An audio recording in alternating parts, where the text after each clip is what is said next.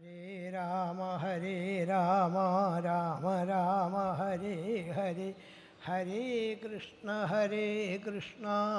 കൃഷ്ണ കൃഷ്ണ ഹരേ ഹരേ, ഹരേ രാമ രാമ രാമ ഹരേ ഹരേ, ഹരേ കൃഷ്ണ കൃഷ്ണ കൃഷ്ണ ഹരേ ഹരേ. സർവത്ര ഗോവിന്ദനാമ സങ്കീർത്തനം, ഗോവിന്ദ ഗോവിന്ദ. യോഗീന്ദ്രാണാന്വദംഗേഷ്വധികസുമധുരം മുക്തിഭാജാന്നിവാസോ ഭക്താനാം കാമവർഷദ്യുതരുകിസലയന്നാഥ തേ പാദമൂലം നിത്യം ചിത്തസ്ഥിതം മേ പവനപുരപതേ. കൃഷ്ണ കാരുണ്യസിന്ധോ ഹൃത്വാ നിശേഷതാപൻ പ്രതിശതു പരമാനന്ദസന്തോഹലക്ഷ്മീം. ശ്രീഗുരുവായൂരപ്പ ശരണം, ശ്രീഗുരുവായൂരപ്പ ശരണം, ശ്രീഗുരുവായൂരപ്പ ശരണം. ഗജാനനം ഭൂതഗണാധിസേവിതം കവിദ്ധജംബൂഫലസാരഭക്ഷിതം ഉമാസുതം ശോകവിനാശകാരണം നമാമി വിഘ്നേശ്വരപാദപങ്കജം. ശ്രീമഹാഗണപതേ നമഃ. സർവത്ര ഗോവിന്ദനാമസങ്കീർത്തനം, ഗോവിന്ദ ഗോവിന്ദ ഗോവിന്ദനാമസങ്കീർത്തനം. വളരെ ബുദ്ധിമുട്ടുള്ളതാണ് നാമം ജപിക്കുക എന്നുള്ളത്, വളരെ ബുദ്ധിമുട്ടാണ്. അതുകൊണ്ടാണ് മിനിയാന്ന് എല്ലാവരെ കൊണ്ടും കോടാനുകോടി ആൾക്കാരാണ് ഭഗവാന്റെ നാമം ലജ്ജ വിട്ട് എത്രയോ ആൾക്കാർ, അതും രാമനാമം ജപിക്കാനാണ് പറഞ്ഞത്. ശ്രീരാമ രാമ രാമേതി രമേ രാമേ മനോരമേ സഹസ്രനാമ തത്തുല്യം രാമനാമവരാനനേ. രാമനാമം ജപിക്കുക സഹസ്രനാമത്തിന് തുല്യമാണ്. ശ്രീരാമ രാമ രാമ ജപിച്ചാൽ മതി. എത്രയോ അസംഖ്യം കോടി ആൾക്കാരാണ് ലോകം മുഴുവൻ രാമനാമം കൊണ്ട്, ഭാരതം മാത്രമല്ല ലോകം മുഴുവൻ. അപ്പം നമ്മളോടും ഭാഗവതം പറയുന്നത് നാമം ജപിക്കാൻ സാധിക്കും. ഇതാണ് ഒടുക്കത്തെ പ്രാർത്ഥന. ഇവിടെ കാമലീലയാണ് വർണ്ണിക്കുന്നത്. അതും പ്രധാനമായിട്ട് പുരുഷാർത്ഥങ്ങൾ ധർമ്മം, അർത്ഥം, കാമം, മോക്ഷം. ഈ 4 പുരുഷാർത്ഥങ്ങളെയാണ് 4 കഥകളായിട്ട് ചതുർത്ഥ സ്കന്ധത്തിൽ വിസർഗലീല വർണ്ണിക്കുന്നത്. ധർമ്മത്തെ ദക്ഷയാഗം കൊണ്ട് കാണിച്ചു, അർത്ഥത്തെ ധ്രുവചരിതം കൊണ്ടും കാണിച്ചു, കാമത്തെ പൃഥുചരിതം കൊണ്ടും മോക്ഷത്തെ പുരുഞ്ചനോപാഖ്യാനം കൊണ്ടുമാണ് വർണ്ണിക്കുന്നത്. എന്താണ് ശരിയായ അർത്ഥം എന്ന് ചോദിച്ചാൽ ഭേദബുദ്ധിയില്ലാതെ കണ്ട് ഭഗവാനെ സേവിക്കലാണ് ശരിയായ ധർമ്മം എന്ന് ഭഗവാൻ തന്നെ ഉപദേശിച്ചു ദക്ഷയാഗത്തിൽ കൂടിയിട്ട്. അഹം ബ്രഹ്മാ ച സർവശ്ച ജഗത കാരണം പരം എന്ന് ഭഗവാൻ പറഞ്ഞു. ഞാനും ബ്രഹ്മദേവനും ശങ്കരനും ഒന്നാണ്.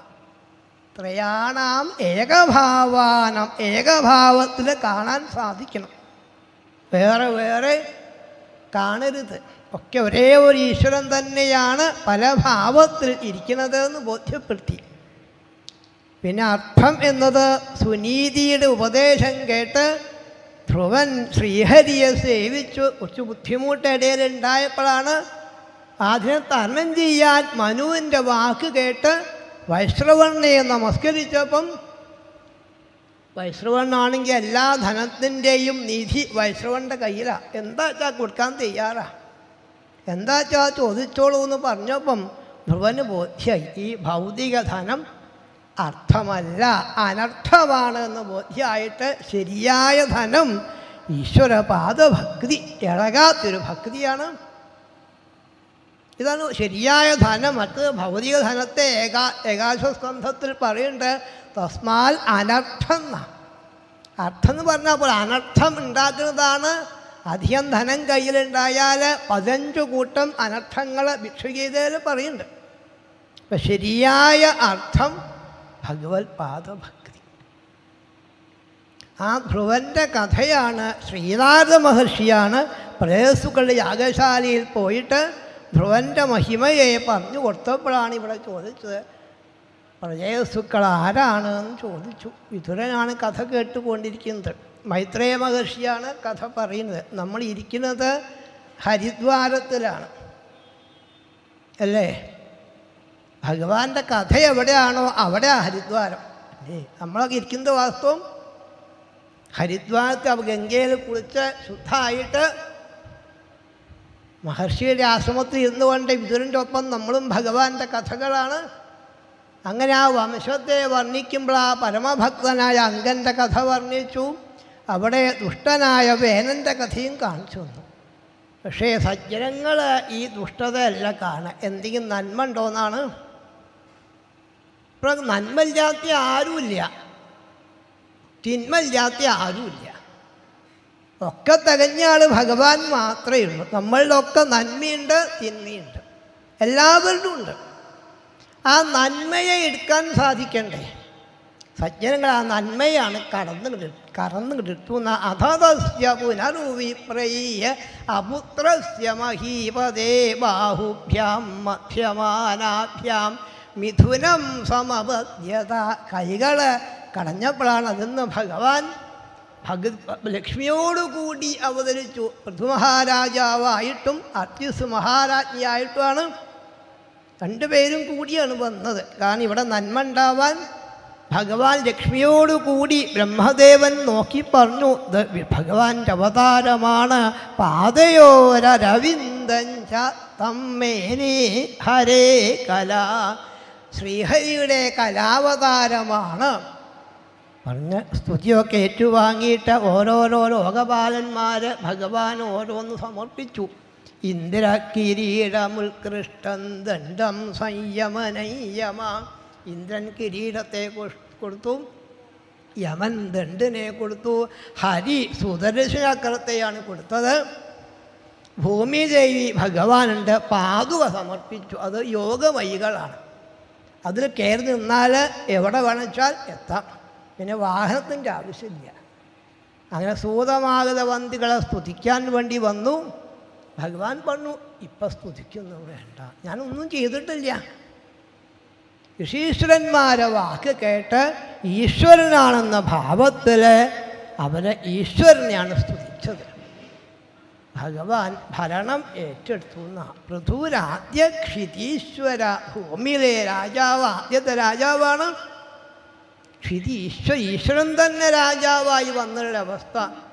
ശരിക്ക് ഭരിക്കാനൊക്കെ പോകുമ്പം പൃഥുവിൻ്റെ കഥ വായിച്ചിട്ട് വേണം എങ്ങനെയാണ് ഭരിക്കേണ്ടതെന്ന്. രാമായണം പോലും ഭഗവാൻ ഭാഗവത് 2 അധ്യായമേ കൊടുത്തുള്ളൂ എങ്കിൽ പൃഥുവിൻ്റെ കഥയ്ക്ക് 9 അധ്യായമാണ്.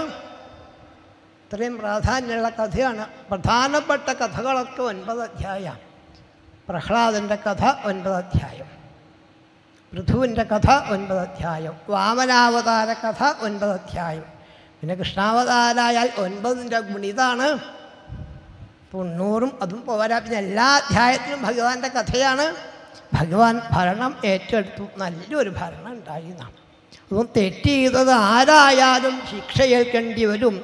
അല്ലെങ്കിൽ ഏതൊരാൾക്കും ഏത് വഴിയിലേക്കും ഏത് അർദ്ധരാത്രിയിലും പോവാം. തെറ്റ് ചെയ്യാഞ്ഞാൽ മതി, ആരെയും ഭയപ്പെടണ്ട.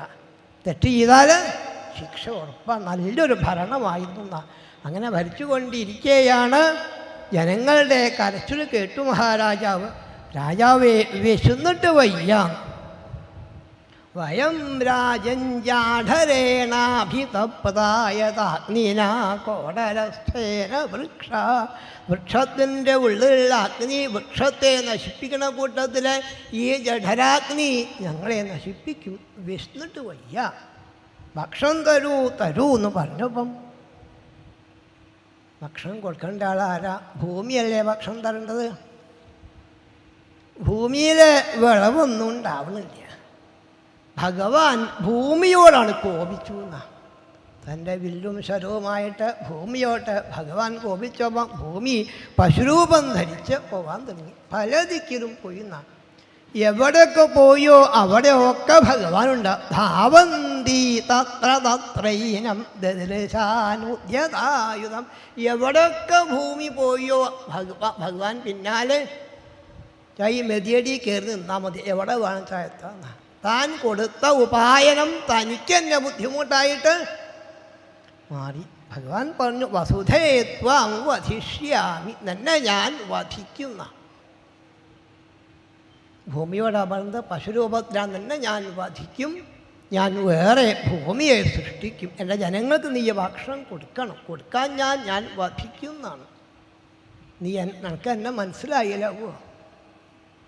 ഒരു ഹിരണ്യാക്ഷൻ തന്നെ താത്തിക്കൊണ്ടുപോയപ്പോൾ ഞാനാണ് ഉദ്ധരിച്ചു കൊണ്ടുവന്ന് എൻ്റെ ജനങ്ങൾക്ക് ഭക്ഷണം കൊടുക്കാൻ എന്നെ ഞാൻ വധിക്കും, വേറെ ഭൂമിയെ ഞാൻ സൃഷ്ടിക്കും.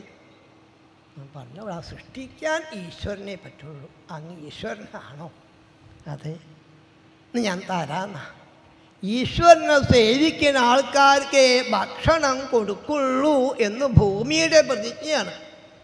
ഭൂമിയുടെ ഭർത്താവാണ് ഈശ്വരൻ. ഭർത്താവിനെ കുറ്റം പറയുന്ന ആൾക്കാർക്ക് കുട്ടികളാണെങ്കിലും അമ്മമാർ ഭക്ഷണം, സ്വന്തം കുട്ടികളാണെങ്കിലും ഭർത്താവിനെ കുറ്റം പറയുന്ന കുട്ടികൾക്ക് അമ്മമാർ.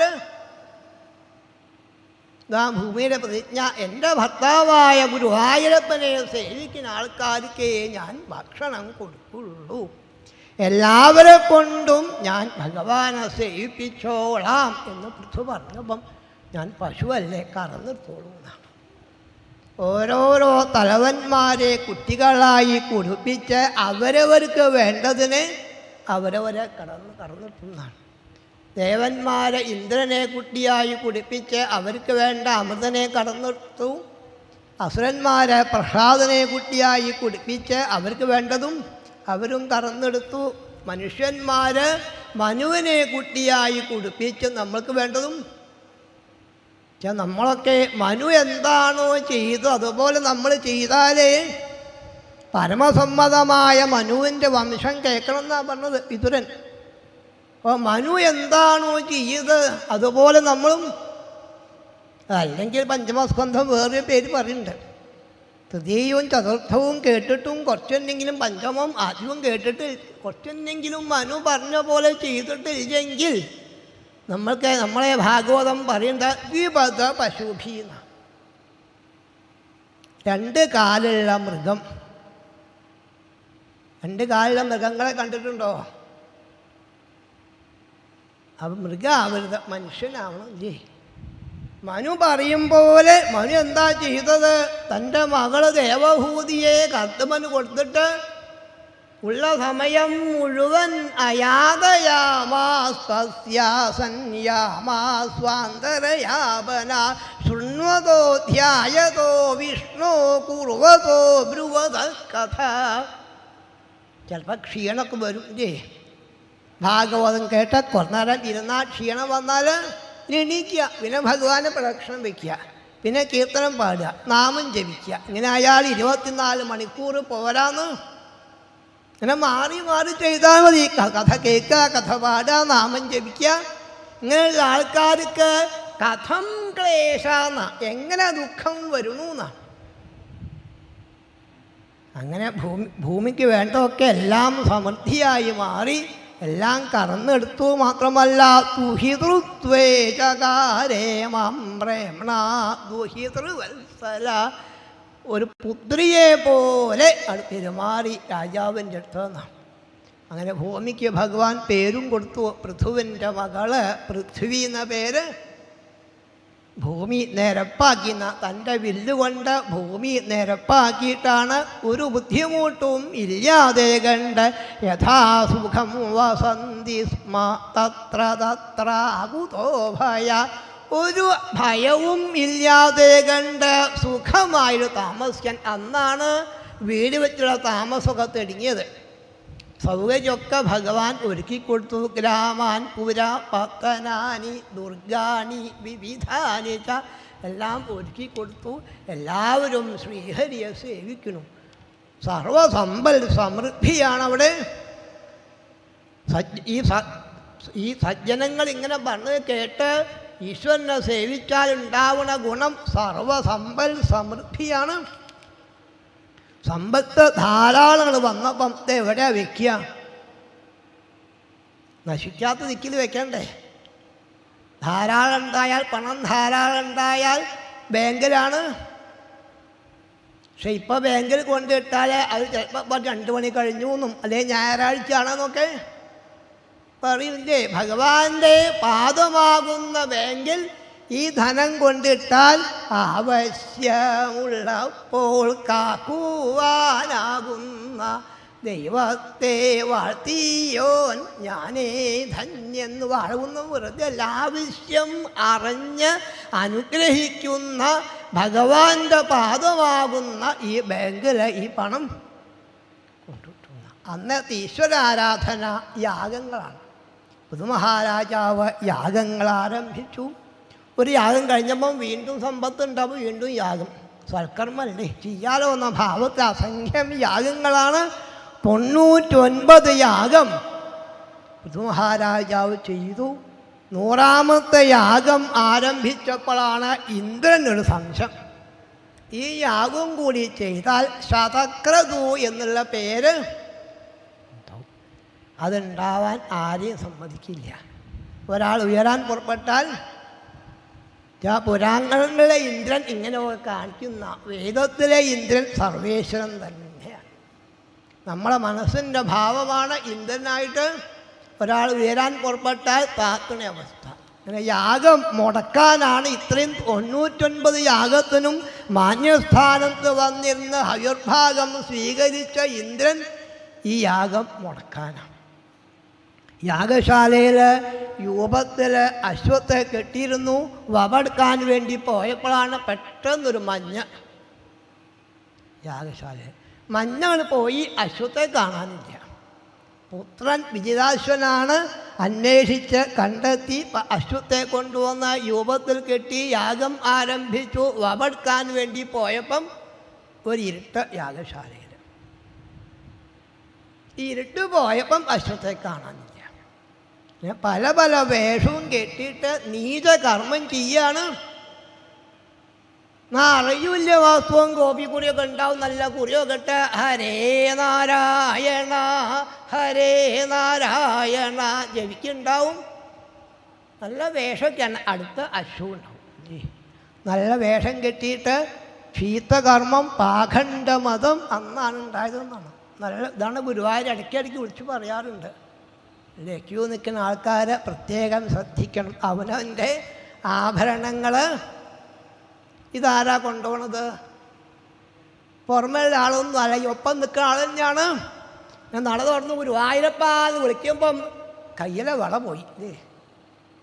ശ്രദ്ധ ഗുരുവായൂരപ്പനിലേക്ക്. ആ കയ്യിലെ വള ആരാ കൊണ്ടുപോകുന്നത്? ഈ ഒപ്പമുള്ള ആൾക്കാർ തന്നെയാണ്. ഇങ്ങനെ വേണ്ടാത്ത കർമ്മം ചെയ്യണമെന്നാണ്. പാഖണ്ഡമതം അത്രി മഹർഷി കാണിച്ചു കൊടുത്തു. ഇന്ദ്രനാണ് കൊണ്ടുപോകുന്നതെന്ന് പറഞ്ഞപ്പം ഇന്ദ്രനെ വധിക്കാൻ വേണ്ടി പൃഥു പുറപ്പെട്ടപ്പം അത്രി പറഞ്ഞു, അങ്ങ് അവിടെ ഇരുന്നോളൂ, അങ്ങക്ക് യാഗപശുവിനെ ഹനിക്കാനേ പറ്റുള്ളൂ, ഇന്ദ്രനെ ഞങ്ങൾ നേരാക്കാണ്, ഞങ്ങൾക്കൊരു ബുദ്ധിമുട്ടുമില്ല, ഞങ്ങൾക്ക് അങ്ങോട്ട് പോവും വേണ്ട, ഞങ്ങൾ വിളിച്ചാൽ ഇങ്ങോട്ട് വന്നോളെന്നാണ്. കർമ്മത്തിലെ ശക്തിയാണ് ഭാഗവത് വേദത്തിൽ പറയുന്നത്. ബ്രാഹ്മണർ കർമ്മം ചെയ്താൽ ഇപ്പോൾ പത്മട്ട് പൂജിക്കാൻ പുറപ്പെട്ട് ആവാഹിച്ചാൽ വരില്ല എന്ന് പറയുന്നത് അവർക്ക് പറ്റില്ല. വന്നോളുന്നത് നിയമമാണ്. കാരണം മന്ത്രം ബ്രാഹ്മണരുടെ കയ്യിലുണ്ട്. ഈ മന്ത്രം ജപിച്ചാൽ ദേവതകൾ വന്നോളണം എന്ന് നിയമമാണ്. ഇവിടെ അഗ്നി ജ്വലിപ്പിച്ച് സ്രുവത്തിൽ നെയ്യ് മുക്കിയിട്ട് ആജ്ഞാഹുതിക്കാണ് പുറപ്പെട്ടപ്പോഴാണ് ഇന്ദ്രൻ്റെ സിംഹാസനം നീങ്ങാൻ തുടങ്ങി. ഇന്ദ്രൻ ബ്രഹ്മദേവനെയും പിടിച്ചു. ഒന്നിച്ചാവ സംസ്കാരം എന്ന രണ്ടുപേരെയും പെട്ടുന്ന ഭാവത്തിലായപ്പോഴാണ് ബ്രഹ്മദേവൻ ഇന്ദ്രനെ ഭഗവാന്റെ അടുത്തേക്കാണ്ട് അയച്ച് ഇവിടെ വന്ന ശ്രദ്ധസ്ഥാഞ്ജുഹ്വതോഭ്യേത്യ സ്വയംഭൂവ പ്രത്യഷേധത. സ്വയംഭൂ തടഞ്ഞു നാം, അത് ആജ്ഞാവധി ചെയ്യാൻ സമ്മതിച്ചില്ല. പൃഥു അങ്ങക്ക് 100 യാഗം ചെയ്ത് ഫലം തരാം എന്നാ പോരെ. ഒന്ന് കുറേ 100 യാഗം ചെയ്തയാള് എന്ന ഏകോനശതകൃതു എന്നുള്ള പേരും 100 യാഗത്തിൻ്റെ ഫലത്തെയും ബ്രഹ്മദേവൻ അത് കൊടുത്തു. ഇവിടെയാണ് ഭഗവാൻ ഇന്ദ്രനോട് കൂടി ഇങ്ങോട്ട് വന്നു. ഇന്ദ്രനോട് കൂടി ഇങ്ങോട്ട് വന്നപ്പോഴാണ് ഭഗവാനാണ് കണ്ടതോട് കൂടിയിട്ട് പൃഥു ഒന്നും പറഞ്ഞില്ല. വിലോകിതുന്നാശകശ്രുലോചന ശ്രീഗുരുവായൂരപ്പൻ മുന്നിലാണ് ശോഭിച്ചപ്പം കണ്ണുനീര് വന്ന് അതാ കണ്ണുനീര് ഒൽപ്പിച്ച് ഒന്നും പറയാൻ നിവൃത്തിയില്ലാതെ കണ്ട് ഗദ്ഗദകണ്ഠനായി മഹാരാജാവ് മാറിയെന്നാണ്. പിന്നെ ഭഗവാൻ പറഞ്ഞു, പൃഥു അങ്ങയുടെ ഈ ഭാവം എനിക്കിഷ്ടപ്പെട്ടു കേട്ടോ. ഇത്ര യാഗം ചെയ്താൽ ഞാൻ സന്തോഷിക്കാന്നില്ല. എൻ്റെ സന്തോഷത്തിന് യാഗത്തിൻ്റെ ആവശ്യമില്ല.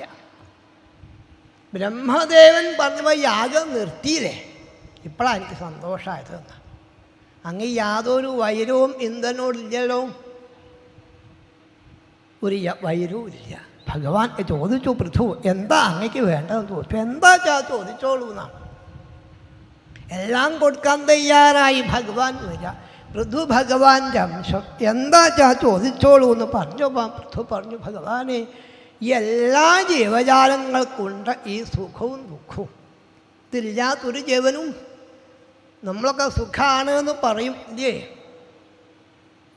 ഇവിടെ ചോദിച്ചു വരുന്നത് സുഖായ കർമാണി കരോതി ലോകോ നൈ സുഖം വാന്യതുപാരമം വാ എന്ന് ചോദിച്ചു വിതുരൻ. ശരിയായ സുഖം എവിടുന്നാ കിട്ടുന്നത്? അതിന് ഉത്തരം പറഞ്ഞുകൊണ്ടിരിക്കുകയാണ് ചതുർത്ഥ സ്കന്ധം. ഇത് ഒടുക്കത്തെ അധ്യായത്തിൽ ആ ഉത്തരം ബോധ്യപ്പെടുത്തുന്നത്. ആ ശരിയായ സുഖം എവിടുന്നാ കിട്ടാന്ന് ചോദിച്ചാൽ മറ്റൊന്നിനും ഞാൻ മോഹിക്കുന്നില്ല എന്നാ. എന്താ വേണ്ടതെന്ന് വെച്ചാൽ മഹത്തമാന്തർഹൃദയാൻമുഖച്യുതോ വിധൽസ്വ കർണായുധമേഷമേവര. ഹേ ഭഗവാനെ, എനിക്ക് വേണ്ടത് 10,000 കാതുകളുടെ ശ്രവണശക്തി ഈ കാത് തരിക. കർണായുധം ഏഷമേ വര. ഇതാ എനിക്ക് വേണ്ടത്. എന്തിനാ ഇത്രയധികം കാതുകൾ എന്ന് ചോദിച്ചാൽ സജ്ജനങ്ങൾ പറയുന്ന ഭഗവാന്റെ കഥകൾ കേൾക്കാൻ. അതെങ്ങനെ പറയുന്ന കഥകൾ? മഹത്തമാന്തർഹൃദയാൻമുഖച്യുത. സജ്ജനങ്ങൾ ഹൃദയം കൊണ്ട് പറയുന്ന ഭഗവാന്റെ കഥകൾ കേൾക്കാനാണ് ഇത്രയും ചെവി വേണ്ട. നാവുകൊണ്ട് അതും ഉള്ളിൽ തട്ടി പറയണം, എന്നാലേ കേൾക്കുമ്പം സമയം പോണത് അറിയില്ല. സജ്ജനങ്ങൾ പറയുന്ന ഭഗവാന്റെ കഥകൾ കേൾക്കാൻ. ഇതാണ്, ഇതിനാണ് മോഹിക്കേണ്ടത്. കാമലീലയാണ് വർണ്ണിക്കുന്നത്. കാമിക്കേണ്ട വസ്തു ഭഗവാന്റെ കഥകളെയാണ്. ഇത് കഴിച്ചാൽ, ഈ മധുരമായ കഥകളെ കഴിച്ചാൽ ഷുഗറൊന്നും ഉണ്ടാവില്ല. ഓ, ഉള്ള ഷുഗർ പോവാൻ പറ്റിയ മരുന്നാണ്. അല്ലേ? അഞ്ഞൊക്കെ അടുത്ത് വരുന്ന ആൾക്കാർക്കൊക്കെ കൊടുക്കൽ ഭഗവാന്റെ പഞ്ചസാരയാണ്. ഷുഗർ കൊണ്ട് കഷ്ടപ്പെട്ട ആൾക്ക് ഭഗവാന്റെ പഞ്ചസാര കൊടുത്താൽ ഷുഗർ മാറുമോ എന്ന് ചോദിച്ചാൽ മാറും. ഗുരുവായൂരപ്പൻ്റെ വാക്കാണ്. എൻ്റെ ഭക്തൻ പറയുന്ന വാക്ക് ശരിയാണെന്ന് ഭഗവാൻ ബോധ്യപ്പെടുത്തും.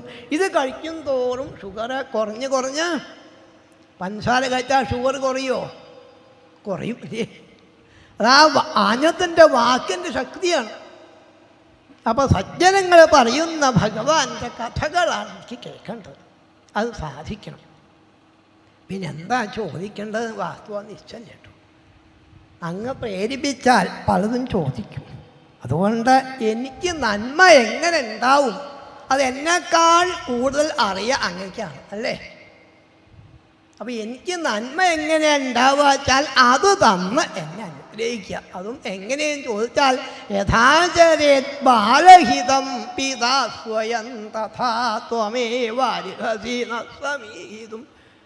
അച്ഛൻ നോക്കുമ്പോൾ കുട്ടിയുടെ ആശയെ മനസ്സിലാക്കി കുട്ടിക്ക് വേണ്ടത് മുഴുവൻ അച്ഛൻ കൊടുക്കില്ല. അവന് നന്മ എന്താണോ അതാണ് അച്ഛൻ. കത്തി വെച്ചാൽ കത്തി കൊടുക്കുമോ? അവന് നന്മ എന്താണോ അതാണ്.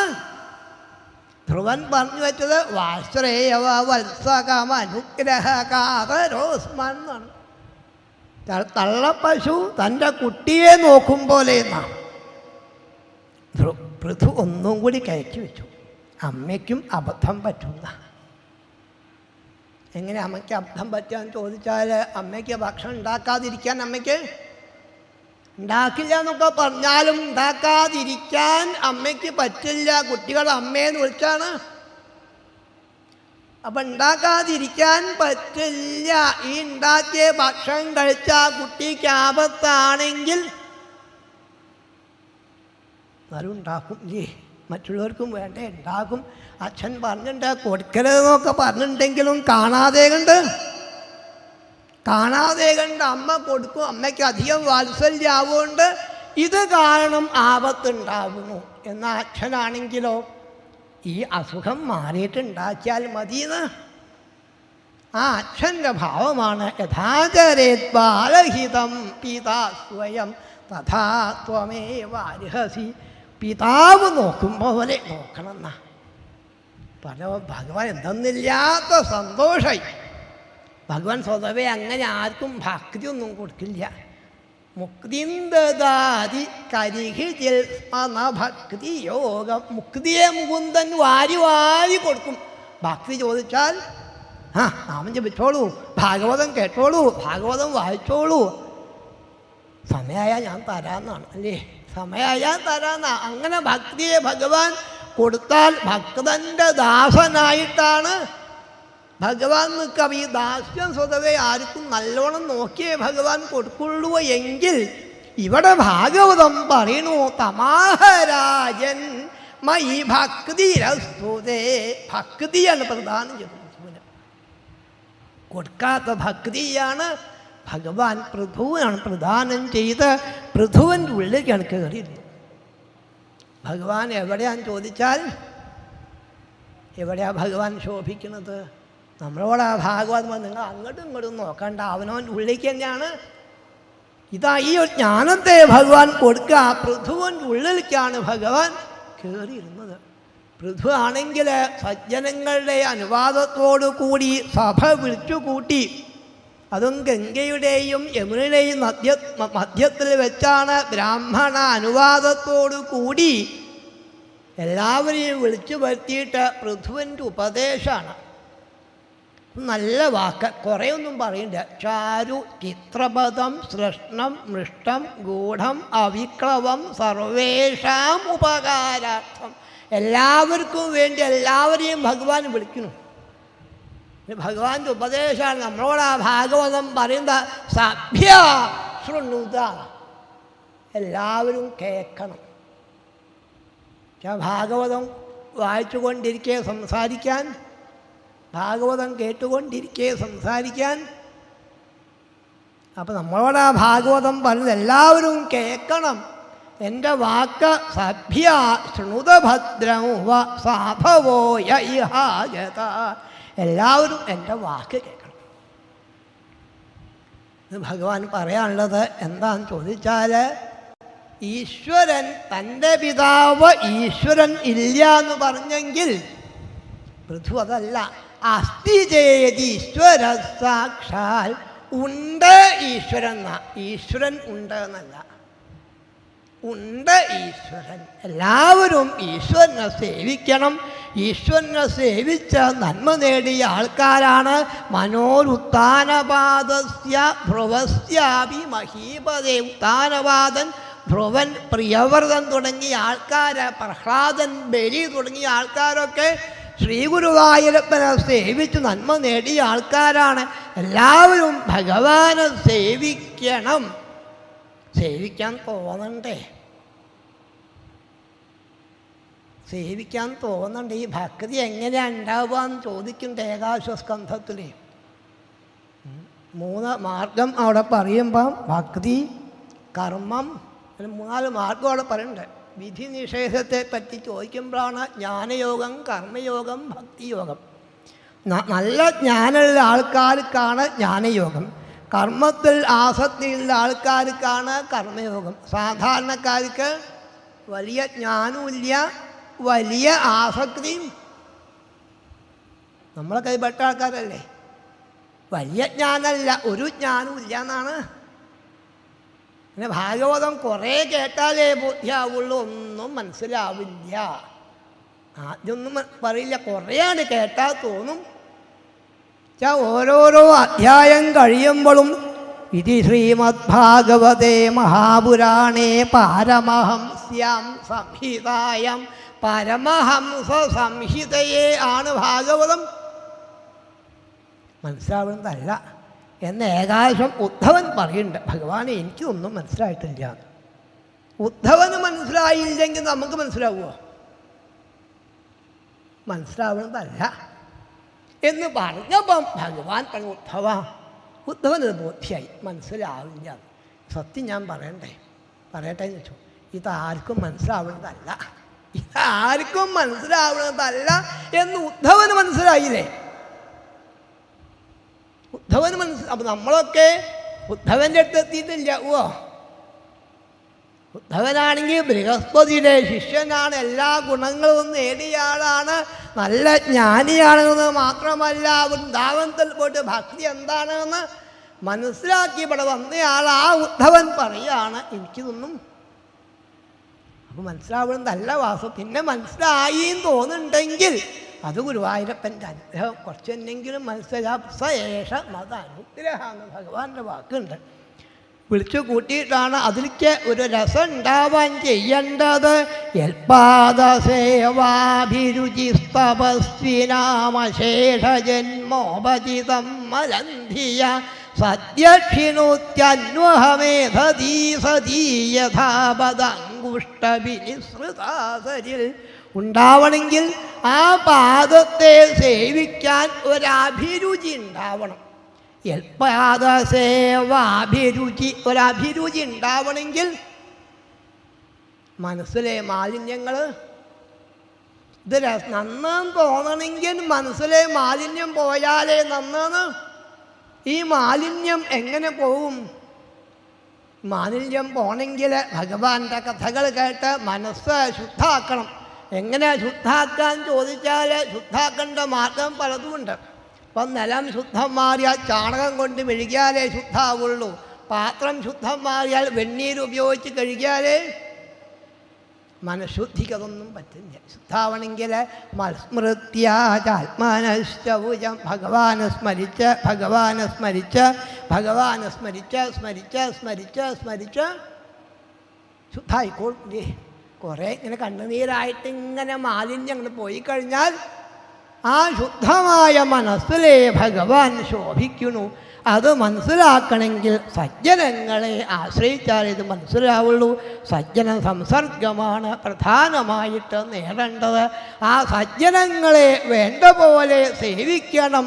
തദേവ തദ്ധർമ്മപരൈർവിനീതൈ സർവാത്മനാ ബ്രഹ്മകുലം നിഷേവ്യതാം.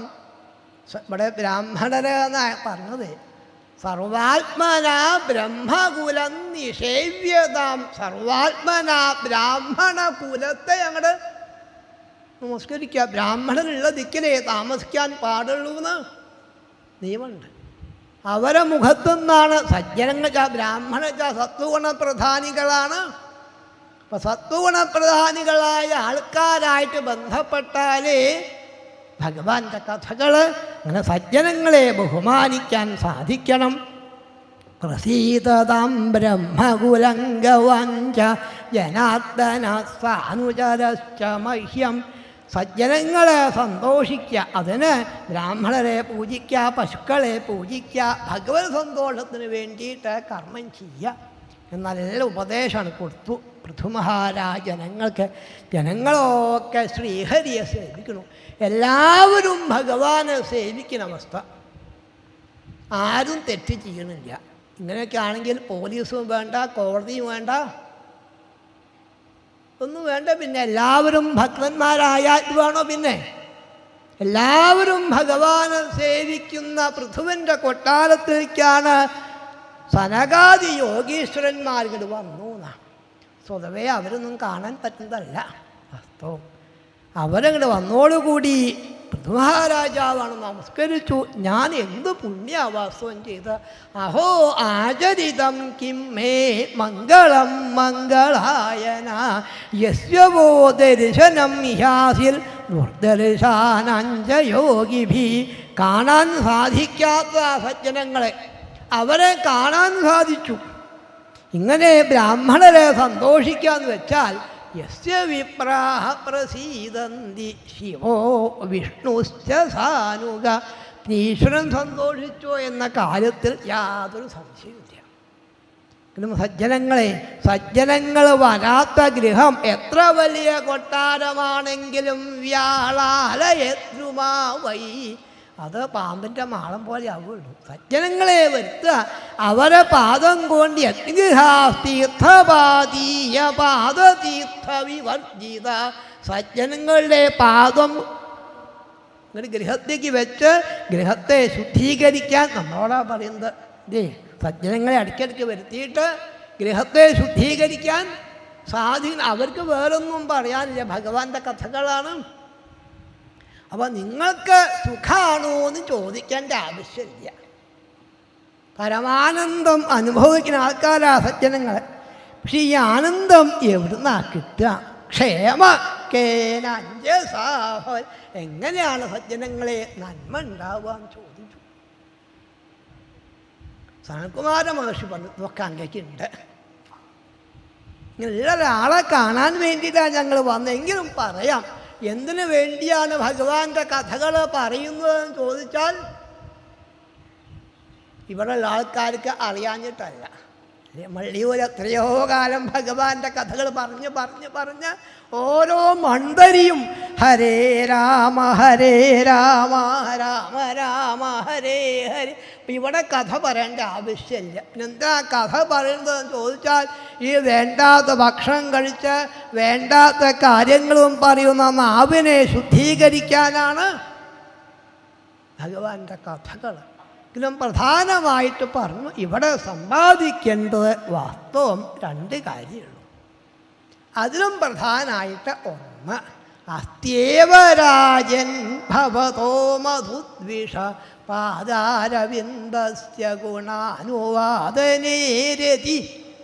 ഇത് മാത്രമുണ്ട്, ഭഗവാന്റെ പാദഭക്തി.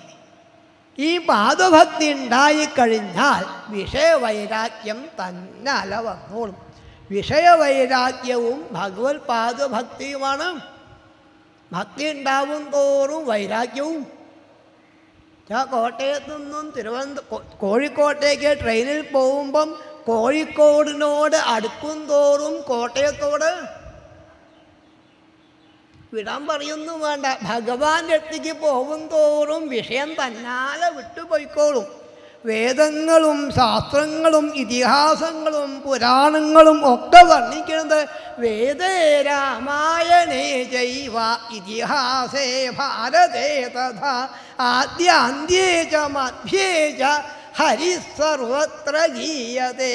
വേദങ്ങളിലും ഇതിഹാസങ്ങളിലും പുരാണങ്ങളിലും ഒക്കെ വർണ്ണിക്കുന്നത് ഭഗവാന്റെ മഹിമ. ഹരി സർവത്ര ഗീയതേ. അതും ആദ്യ അന്ത്യേച്ച മധ്യേച്ച. ആദ്യവും അന്ത്യത്തിലും മധ്യത്തിലും എല്ലാ ദിക്കിലും വർണ്ണിക്കുന്നത് ഭഗവാന്റെ മഹിമയാണ് വാസ്തവം വർണ്ണിക്കുന്നത്. അപ്പം അതിനെന്ത് ചെയ്യണം ചോദിച്ചാൽ ശ്രദ്ധയോടുകൂടി ഭാഗവത ധർമ്മം അനുഷ്ഠിക്കുക. സാ ശ്രദ്ധയാ ഭഗവത് ധർമ്മചര്യയാ ജിജ്ഞാസയാധ്യാത്മിക യോഗനിഷ്ഠയാ യോഗേശ്വരോ വാസനയാ ച നിത്യം പുണ്യശ്രവ കഥയാ പുണ്യയാച. ശ്രദ്ധയോടുകൂടി ഭാഗവധർമ്മം അനുഷ്ഠിക്കുക. എന്താ ഭാഗവതധർമ്മം?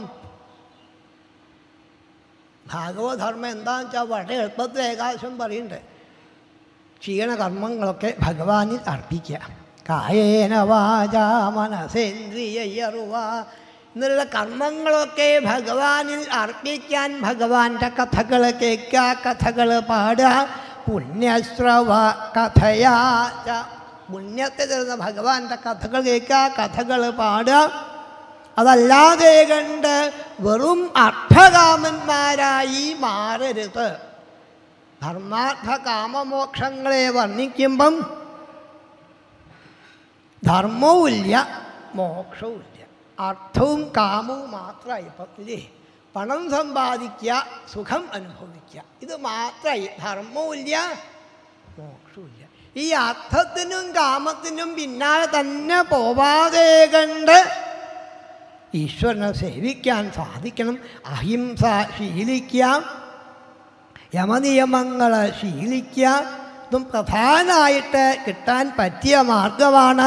ഹരേർമുഹുസ്തൽ പരകർണപൂരഗുണാഭിധാനേന വിജൃംഭമാണയ ഭക്ത്യാഹ്യസംഗ സദസത്യാനാത്മനി സ്യാനിർഗുണേ ബ്രഹ്മണി ചാഞ്ചസാരതി. ഒന്നും എളുപ്പമായിക്കോളണമെന്നില്ല. മറ്റുള്ള ആൾക്കാരുടെ കാതിലേക്ക് തുളച്ചങ്ങോട്ട് കയറാൻ പാകത്തിന് ഹരേ നാരായണ ഹരേ നാരായണ. ഇവിടേക്ക് ഇരുന്ന ആൾക്കാർ ഉറങ്ങുണ്ടാവും ഇല്ലേ? ഭഗവാൻ ഗണപതി കസാല കൊണ്ടുവച്ചു. സ്റ്റൂളായാൽ വീണു പോകും. ഉറക്കം തൂക്കിയാലേ കസാല കുറച്ചൊക്കെ ആടിയാലും വീഴാതിരിക്കാൻ കാറ്റുണ്ട്. ഭഗവാന്റെ മായ നല്ലോണം കൊണ്ടുവച്ചിട്ടുണ്ട്. കേൾക്കാതിരിക്കുമോയെന്ന് അറിയണ്ടേ എന്ന ഭാവത്തിൽ കാറ്റ് വന്നാൽ ഈ ചൂടിൽ വേനലിൻ്റെ കാലം നേരത്തെ വർണ്ണിച്ചില്ലേ, ഈ ചൂടിൽ സുഖമായിരുന്നിട്ട് ഭാഗവതം കേട്ട് ആ ഉറങ്ങിന ആൾക്കാരെ കാതിലേക്ക് തുളച്ചാണ് കേൾക്കാൻ പാകത്തിന് ഹരേ നാരായണ ഹരേ നാരായണ. അങ്ങോട്ട് കേൾക്കുന്നില്ലേ? ഇങ്ങോട്ട് കേൾക്കുന്നില്ല. ഏതായാലും കുറച്ച് കാത് കഷ്ടിയുണ്ട്. ഉറക്കെ മറ്റുള്ള ആൾക്കാരെ കാതിക്ക് തുളച്ചങ്ങോട്ട് കയറണം. അവർക്ക് സംസാരിക്കാൻ പറ്റരുത്. വിഷയം സംസാരിക്കാനോ ഉറങ്ങാനോ പറ്റാതെ കണ്ട് ഹരേ നാരായണ ഹരേ നാരായണ. അതല്ലെങ്കിൽ ഉള്ള ബുദ്ധിമുട്ട് ഭാഗവതം പറയണു. ഗജേന്ദ്രനെ ഒരു മുതലേ പിടിച്ചുള്ളൂ. നമ്മളെ പിടിച്ചതോ ഷഡ്വർഗനക്രമസുഖേന തിതീരിഷന്തി. 6 മുതലകളാണ്. കാമം, ക്രോധം, ലോഭം, മോഹം, മതം, മാത്സര്യാദി മുതലകളാണ് നമ്മളെ പിടിച്ചത്. ഈ മുതല പിടിച്ചാൽ ഉറപ്പാണ് സംസാര സാഗരത്തിൽ അവർ താത്താതിരിക്കണമെങ്കിൽ തത്വം ഹരേ ഭഗവതോ ഭജനീയമഹ്രീം കൃത്വോടുപം വ്യസനമുത്തര ദുസ്തരണം. ഈ ബുദ്ധിമുട്ടായ സംസാരത്തെ തരണം ചെയ്യാൻ ശ്രീഗുരുവായൂരപ്പൻ്റെ പാദം ഹരേർ ഭഗവതോ ഭജനീയം അഹ്രീം. ഇതാണ് തിരുവാലൂർ പറയുന്നത്. കേൾക്കാറില്ലേ? ഗുരുവായൂർ കൃഷ്ണാന്തി, തിരുവാലൂര് ശ്രീകുമാരൻ പറഞ്ഞ് കേൾക്കാറില്ലേ? അലങ്കരിച്ച ഗുരുവായൂരപ്പനെ വർണ്ണിച്ചിട്ട് പരന്താ തളകെട്ടിയ ഗുരുവായൂരപ്പൻ്റെ പാദത്തിൽ നമസ്കരിച്ച് ആ പാദം അങ്ങോട്ട് പിടിച്ച് നമുക്ക് നാമം ജപിക്കല്ലേ എന്ന് ചോദിച്ചു നമ്മളെ കൊണ്ട് തിരുവാലൂര് നാമം ജപിപ്പിക്കും. കേട്ടിട്ടില്ലേ? കേൾക്കണം. ആ ഭഗവാന്റെ പാദത്തെ തന്നെ ഹരേർ ഭഗവതോ ഭജനീയം അഹ്രീം. ഭഗവാന്റെ പാദത്തെ മുറുകെ പിടിച്ച് ഭഗവാന്റെ തിരുനാമം കീർത്തിക്കാൻ സാധിക്കണേന്ന് കാണിച്ചു. ഈ ഉപദേശം തന്ന് സനകാദിക്ക് എന്താ വാസ്തവം കൊടുക്കുക? ഇതൊക്കെ വാസ്തവം ജനങ്ങളതായെന്ന ഭാവത്തിൽ പൃഥുമഹാരാജാവ് സജ്ജനങ്ങളെ നമസ്കരിച്ചു.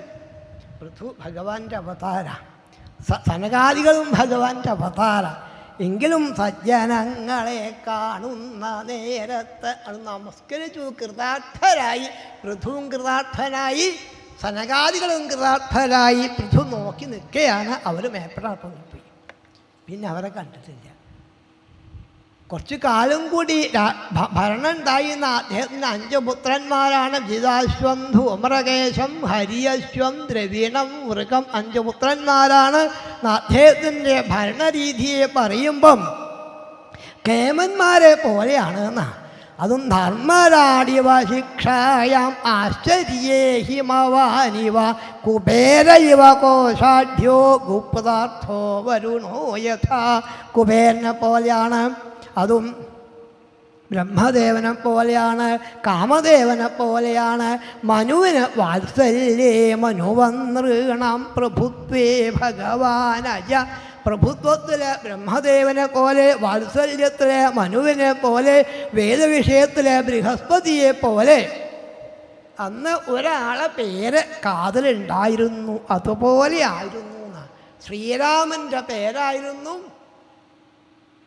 ശ്രീരാമനെ പോലെ കീർത്യോദ്വഗീതയാ പുംഭിസ്ത്രൈലോക്യേ തത്ര തത്ര പ്രവിഷ്ട കർണരന്ധ്രേഷു സ്ത്രീണാം രാമസ്തതാമിവ. രാമനെ പോലെ ആയിരുന്നു പൃഥുവിൻ്റെ രാജ്യഭാരം. യഥാസമയം കുട്ടികൾക്ക് രാജ്യഭാരത്തെ ഏൽപ്പിച്ച് പത്നിയോടുകൂടി വാനപ്രസ്ഥിയായിട്ട് മാറി. അവിടുത്തെ ബുദ്ധിമുട്ടൊക്കെ അനുഭവിച്ചു കൊണ്ടാണ്. നല്ല വേനൽക്കാലത്ത് പഞ്ചാഗ്നി മധ്യത്തിൽ നിന്നാണ് തപസ് ചെയ്യുക. അതും മഴക്കാലത്ത് മഴ കൊണ്ടും മഞ്ഞുകാലത്ത് മഞ്ഞുകൊണ്ടും ശരീരത്തെ ക്ലേശിപ്പിച്ചുകൊണ്ടും ഈശ്വരനെ സേവിക്കുക. ആ പത്നിയും അതുപോലെ തന്നെ. പത്നിയുടെ കഥ ഇടയിലൊന്നും വർണ്ണിച്ചിട്ടില്ല, വർണ്ണിക്കേണ്ട ആവശ്യമില്ല. ഭർത്താവിൻ്റെ അടുത്ത് എപ്പോഴും പത്നി, ഭർത്താവിനെ പറഞ്ഞാൽ എപ്പോഴും പത്നി അവിടെ ഉണ്ടാവും, വേറെ പറയേണ്ട ആവശ്യമില്ലല്ലോ എന്നാ. അങ്ങനെ ഭർത്താവിന് ഭക്ഷണമായിട്ട് വന്നപ്പോഴാണ് ആ ശരീരം മാത്രമേ അവിടെ കാണാനുള്ളൂ, ജീവനൊന്നും പുറത്തേക്ക് ഇറങ്ങിയിട്ടുണ്ട്. ഒരു പരിഭ്രമവും കൂടാതെ ചിത കൂട്ടിയിട്ട് ചിതയിലേക്ക് ഭർത്താവിൻ്റെ ദേഹത്തെ അങ്ങനെ വെച്ച് ഭർത്താവിന് വേണ്ട ഉദകത്തെ സമർപ്പിച്ച് ചിതയ്ക്ക് തീ കൊളുത്തി ചിതയ്ക്ക് പ്രദക്ഷിണം വെച്ച് ഭർത്താവിൻ്റെ പാദത്തെയാണ് സ്മരിച്ച് വിവേശവന്യം ധ്യായതി ഭർതൃപാദവും. ആ അഗ്നിക്കാണ് പ്രവേശിച്ചു എന്ന്. അവരെ പൊള്ളിപ്പിക്കാൻ അഗ്നിക്ക് പോലും സാധിച്ചില്ല. പിന്നെ ദേവസ്ത്രീകൾ കണ്ടത് വിഷ്ണു ഭഗവാനും ലക്ഷ്മിയും കൂടി പോണതാണ് കണ്ടത്. ഒന്നിച്ചവതരിച്ച് ഒന്നിച്ച് ലീലയാടി ഒന്നിച്ചു പോവാൻ ഉള്ള സമയം മുഴുവൻ സർവാത്മനാപതിം ഭേജേ. സർവാത്മനാ ഭർത്താവിനെ ശുശ്രൂഷിച്ച സ്ത്രീരത്നം അർത്തിസിനെ പോലെ വേറെ ഇല്ല എന്ന് കാണിക്കുന്നു. അങ്ങനെ പൃഥുവിൻ്റെ കഥയ്ക്ക് ഇവിടെ മംഗളം പാടുന്നു. അത് ശ്രാവയെ ശൃണുയാദ്വാപി സ പൃഥോ പദവീമിയാൽ. പൃഥുവിനെ പോലെ ആവുന്ന ഏറ്റവും അധികം ഫലം കൊടുത്ത ഈ കഥയ്ക്കാണ് തോന്നുന്നുണ്ട് വാസ്തവം, പൃഥുവിൻ്റെ കഥ. അതും കേട്ടാൽ ബ്രാഹ്മണോ ബ്രഹ്മവർച്ചസ്വീ രാജന്യോ ജഗതീപതി വൈശ്യ പഠൻ വിട്പതി ശൂദ്ര സപ്തമതാമിയാൽ. അധികം ഫലം കൊടുത്തത് ശൂദ്രനാണോ സംശയമുണ്ട്. ശൂദ്രൻ നന്നാവല്ലേ വാസ്തവം വേണ്ടത്. അതാണ് ഭാഗവതം കൊടുക്കാൻ വർണ്ണിക്കുന്നുണ്ട്. ഭഗവാന്റെ അനുഗ്രഹം വാസ്തവം സ്ത്രീയശൂദ്രാദയശ്ചൈവ തേനുകമ്പ്യാഭവാദ്.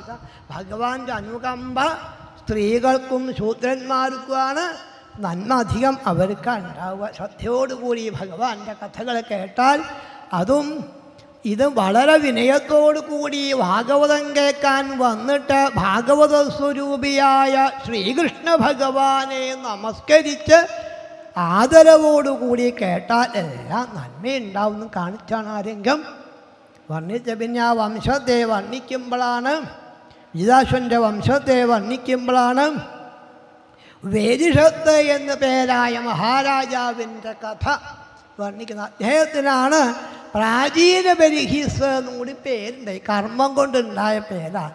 കിഴക്ക് അഗ്രമായി ദർഭപ്പുൽ വെച്ച് യാഗം ചെയ്ത ആളെന്നാണ് അങ്ങനെ പേരുണ്ടായതാണ്. യാഗം കഴിക്കാൻ വേണ്ടിയിട്ടാണ് വിവാഹം കഴിച്ചത്, മറ്റൊന്നിനും വിവാഹം വന്നിട്ടില്ല. യാഗത്തിന് പത്നി ഇല്ലാതെ യാഗം ചെയ്യാൻ പറ്റില്ല. അതിന് വേണ്ടിയിട്ടാണ് ശതദ്രുതി എന്ന പേരായ പെൺകുട്ടിയെ വിവാഹം കഴിച്ചു. അതിലാണ് അദ്ദേഹത്തിന് 10 ആൺകുട്ടികളെ പ്രചേതസോ നാമ സുചേതസ്സുകളാണ്. നല്ല മനസ്സുള്ള ആൾക്കാരാണ്. ഈ കർമ്മമൊക്കെ ഭഗവാനിൽ അർപ്പിച്ചാണ് കർമ്മം ചെയ്യുക. അതിൽ ആ നന്മയാണ് 10 ഉണ്ണികളായിട്ട് വന്ന്. അവരോട് അച്ഛൻ പറഞ്ഞു, നിങ്ങൾ ശ്രീഹരിയെ സേവിച്ചു വരുമെന്ന് പറഞ്ഞ് അവർ നല്ല ശാന്തമായ സ്ഥലത്തെ അന്വേഷിച്ച് പോന്ന തഥാഭവത്തീർത്ഥമിതം സമാഗത എന്ന് പട്ടേരിപ്പാട് പറയുന്നുണ്ട്. ഗുരുവായൂരപ്പൻ്റെ വടക്ക് ഭാഗത്തുള്ള രുദ്രതീർത്ഥത്തിൻ്റെ കരയ്ക്കലാണ് ഈ 10 പേരും എത്തിയത്. അവിടെ ശ്രീപരമേശ്വരനാണ് കണ്ടു. പരമേശ്വരൻ കുളിയും കഴിഞ്ഞ് കയറിപ്പോകുന്ന ശ്രീപരമേശ്വരനാണ് കുടുംബസമേതമാണ്. ഗുരുവായൂരൊക്കെ പോയിട്ടില്ലേ? ഗുരുവായൂരപ്പൻ്റെ വടക്ക് ഭാഗത്താണ് മമ്മിയൂരപ്പൻ. മഹിമയൂര് എന്നാണ് പണ്ടത്തെ പേര്. പിന്നെ കുറഞ്ഞ് മമ്മിയൂരായിട്ട് ഭഗവാന്റെ മഹിമയാണ് വാസ്തവം കാണിക്കുന്നത്. ആ മഹിമ ഭഗവാൻ ഗുരുവായൂരപ്പൻ അവിടെ വരുന്നുണ്ടെന്ന് മനസ്സിലാക്കിയിട്ട് മുമ്പ് തന്നെ പോയി ഇരുന്നിട്ട് ഗുരുവായൂരപ്പനെ സേവിക്കുന്ന ആളൊക്കെ അനുഗ്രഹിക്കാൻ വേണ്ടിയിട്ടാണ്. വഴിക്ക് തന്നെ ഭഗവാൻ ശോഭിക്കണു. ഈ 10 പേരും ഭഗവത് പാദത്തിലാണ് നമസ്കരിച്ചു. ഭഗവാൻ ചോദിച്ചു, യൂയം വേദിഷത പുത്രാവിദിതം വശ്ചികീരിഷിതം അനുഗ്രഹായ ഭദ്രം വ ഏവം മേ ദർശനം കൃതം. നിങ്ങളാ പ്രാചീന ഗ്രീസിൻ്റെ കുട്ടികളല്ലേ? നിങ്ങൾ ശ്രീ ഗുരുവായൂരപ്പനെ സേവിക്കാൻ വന്നതല്ലേ? ഗുരുവായൂരപ്പനെ സേവിക്കുന്ന ആൾക്കാരെ കാണാൻ എനിക്ക് വലിയ ഇഷ്ടമാണ്. ഭഗവന്തം വാസുദേവം പ്രപന്നസ പ്രിയോ ഹിമേ. ഭഗവാന്റെ വാക്കാണ്. ഭഗവാനെ ഗുരുവായൂരപ്പനെ സേവിക്കുന്ന ആൾക്കാരെ കാണാൻ സ്വതേ കാണാൻ പറ്റുന്നതല്ല. കാണെങ്കിൽ ഭാഗവതം ബ്രഹ്മാദേവൻ പറയുന്നത് സ്വധർമ്മനിഷ്ഠ സദജന്മഭിപ്പുവാൻ വിരിഞ്ചതാമേതി തതപരം ഹിമാം അവ്യാകൃതം ഭാഗവതോധ വൈഷ്ണവം പദം യഥാഹം വിബുധാകലത്യയേ. സ്വധർമ്മം തെറ്റുകൂടാതെ കണ്ട് 100 ജന്മം ചെയ്താൽ ശതജന്മഭിന 100 ജന്മം ചെയ്താൽ വിരിഞ്ചതാമേതി. ബ്രഹ്മദേവൻ്റെ ആൾക്കാരെ കാണാൻ പറ്റുന്നേ പറഞ്ഞു. പിന്നെയും കുറേ ജന്മം ചെയ്താൽ തതപരം ഹിമാം എൻ്റെ ആൾക്കാരെ കാണാം. എന്നാലും ഗുരുവായൂരപ്പൻ്റെ ഭക്തന്മാരെ കാണാൻ പറ്റില്ല. അതെനിക്ക് സാധിച്ചു. ഇവർ ഭക്തന്മാരായിട്ടില്ല, സേവിക്കാൻ വന്നിട്ടുള്ളൂ. അപ്പോഴേക്കും ഭഗവാൻ കഴിഞ്ഞു ഭക്തന്മാരായി എന്ന് പറഞ്ഞിട്ടാണ് താൻ എന്നും ജപിക്കുന്ന മന്ത്രം ഇവർക്ക് ഉപദേശിച്ചു കൊടുക്കുക.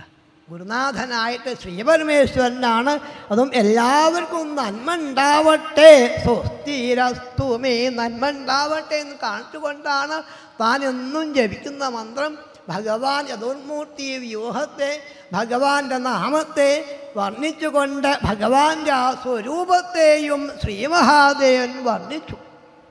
ഭഗവാന്റെ ആ സൗന്ദര്യം വർണ്ണിക്കാൻ പുറപ്പെട്ടു. വർണ്ണിച്ചപ്പോൾ ആ മഹാദേവൻ പറഞ്ഞു, എനിക്ക് പറയാൻ ഇഷ്ടമില്ല. ഗുരുവായൂരപ്പൻ്റെ സൗന്ദര്യം ഞാൻ പറഞ്ഞാൽ ആവില്യ വാസ്തവം അത്രയും അധികമാണ്. നിഗ്ധപ്രാവുൽഖരശ്യാമം സർവസൗന്ദര്യ സംഗ്രഹം. സർവസൗന്ദര്യ സംഗ്രഹമാണ്. ഏറ്റവും അധികം സൗന്ദര്യം കാണിച്ച സ്ത്രീയാണ് മോഹിനി രൂപി. മഹാദേവൻ പോലൊന്ന് ഓടി. പുരുഷസൗന്ദര്യം അധികം കാണിച്ചത് ശ്രീരാമനാണ്. രണ്ടും കൂടിയാൽ എത്രയാണ്?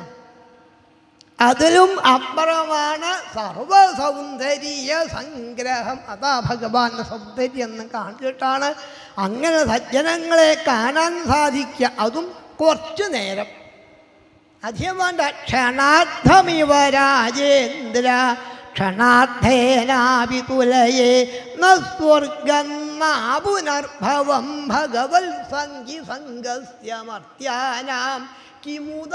പിന്നെ നമ്മൾക്ക് എന്താ നേടാനുള്ളത്? ആകെ നേടാൻ എന്താന്ന് ചോദിച്ചാൽ സജ്ജന സംസർഗം. ക്ഷണാർത്ഥേനാവി, കുറച്ചു നേരം നേടാൻ സാധിക്കുകയാണെങ്കിൽ ആ പരാഭക്തിയെ നേടാൻ സാധിക്കുമെന്ന് കാണിച്ച് രുദ്രഗീതം ഭഗവാൻ അവർക്ക് ഉപദേശിച്ചു കൊടുക്കണം. അവർ അമ്പലക്കുളത്തിൻ്റെ ഉൾക്കുളത്തിൽ ഇരുന്നു കൊണ്ട് ഭഗവാനെ സേവിക്കുന്നു. ഭക്തിയോടുകൂടി ഗുരുനാഥനായി മാറിയത് ലോകഗുരുനാഥനായ ശ്രീപരമേശ്വരനാണ്. ഗുരുനാഥനായിട്ട് രുദ്രഗീതം ഉപദേശിച്ചു. അവരങ്ങനെ ഭഗവാനെ സേവിച്ചു കൊണ്ടിരിക്കെ കുട്ടികൾ നന്നായി ഒന്ന് കാട്ടി യാതൊരു സംശയവുമില്ല. നല്ല മന്ത്രമാണ് ജപിക്കുന്നത്, നല്ല ഗുരുനാഥനെയാണ് കിട്ടിയത്. സ്വതവേ ആരെങ്കിലും ഭഗവാനെ സേവിക്കാൻ പുറപ്പെടുകയാണെങ്കിൽ ശ്രീനാരദ മഹർഷിയാണ് സകല കുശലപാത്രം ബ്രഹ്മപുത്രം നദാസ്മി. നാരദ മഹർഷിയാണ് പോവാറ്. ഇത് മഹാദേവനാണ്. മുമ്പ് അനുഗ്രഹിക്കാൻ പോയപ്പം ഏതായാലും ഇവരുടെ പിതാവിനെ നന്നാക്കാൻ വേണ്ടിയിട്ട് ശ്രീനാരദ മഹർഷി ചെന്ന് ഉപദേശിക്കുന്ന ഭാഗം നമുക്ക് അടുത്ത പ്രഭാഷണത്തിൽ കേൾക്കാൻ സാധിക്കും. സർവത്ര ഗോവിന്ദനാമ സങ്കീർത്തനം ഗോവിന്ദ ഗോവിന്ദ. കായേന വാചാ മനസേന്ദ്രിയർവാ ബുദ്ധ്യാത്മനാ വാ പ്രകൃതേ സ്വഭാവാൽ കരോമി യദ്യൽ സകലം പരസ്മൈ നാരായണായേതി സമർപ്പയാമി.